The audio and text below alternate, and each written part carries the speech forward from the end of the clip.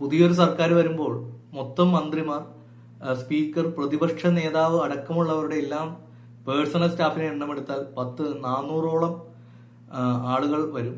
അപ്പോൾ അതിന്റെ വലിപ്പം ഭീമമായൊരു തുകയാണ്. നമ്മൾ വിചാരിക്കുന്നതിനും അപ്പുറമാണ് ഇതിന്റെയൊക്കെ കണക്കുകൾ.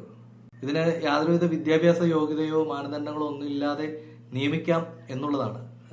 രാഷ്ട്രീയക്കാരുടെ ഇഷ്ടക്കാരെയൊക്കെ യഥേഷ്ടം നിയമിക്കാവുന്ന ഒരു സെറ്റപ്പാണ് ഈ പേഴ്സണൽ സ്റ്റാഫ് എന്നത്. നമ്മുടെ കേന്ദ്രത്തിൽ ഒരു ക്യാബിനറ്റ് മന്ത്രിക്ക് മിനിമം 15 സ്റ്റാഫിനെ നിയമിക്കാനേ നിയമമുള്ളൂ. എന്നാൽ കേരളത്തിലേക്ക് വരുമ്പോൾ അത് 20 മുതൽ 25 വരെയാണ്. അത് നമ്മുടെ പ്രതിപക്ഷ നേതാവിന് പോലും അത്രയൊക്കെ നിയമിക്കാവുന്നതാണ്. തമിഴ്നാട്ടിൽ ഇങ്ങനെയൊന്നുമല്ല. തമിഴ്നാട്ടിലെ സ്വന്തം ഇഷ്ടപ്രകാരം ഒരു സ്റ്റാഫിനെയോ ഒരു മന്ത്രിക്ക് നിയമിക്കാൻ പാടുള്ളൂ. എന്ന് പറഞ്ഞാൽ അതിന്റെ വെറും തട്ടിപ്പ് ഇത് തന്നെയാണ്. 2 വർഷം ഒരു ടീം വർക്ക് ചെയ്തിട്ട് അവർ മാറി, അവർക്ക് അപ്പോൾ ആനുകൂല്യത്തിന് അർഹരായി. പിന്നെ അടുത്ത ബാച്ച് കയറുകയാണ്.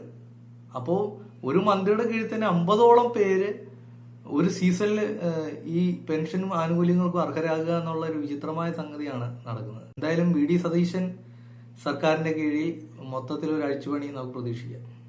ഇപ്പോൾ ഈ സർക്കാരിന് മുൻപോട്ട് പോകണമെങ്കിൽ കടമെടുക്കാതെ വേറെ നിവർത്തിയില്ല. അപ്പോൾ ഇങ്ങനെയുള്ള പല മേഖലകളിൽ ഇതുപോലുള്ള അഴിച്ചുപണികൾ നടത്തുന്നത് വളരെ ഉപകാരപ്രദമായിരിക്കും.